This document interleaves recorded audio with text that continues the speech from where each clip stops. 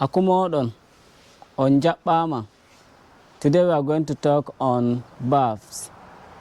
Loti, lototo, lotai, nyami, nyama, nyamai, nasti ko natti, nasta ko natta, nastai ko nattai, dari, dara, darai, jaɓi, jaɓa, jaɓai, jaɓai, jaɓai, jaɓata, waɗi, waɗa, waɗai, itti, itta, ittai, hocci, hocca, hoccai, hokki, hokka, hokkai, resi, resa, resai, yahi, yaha, yahai, jiɓi, jiɓa,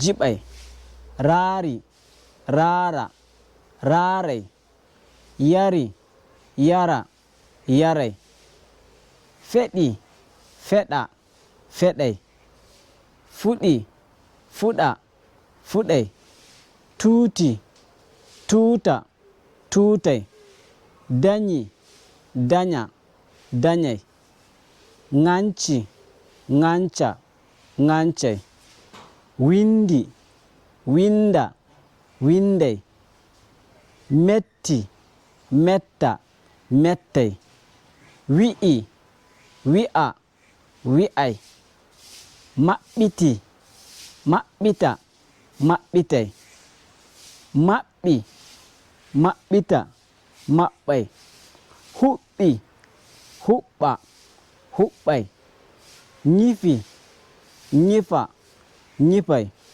Thank you very much. We will see you for the next video. Nyallen jam.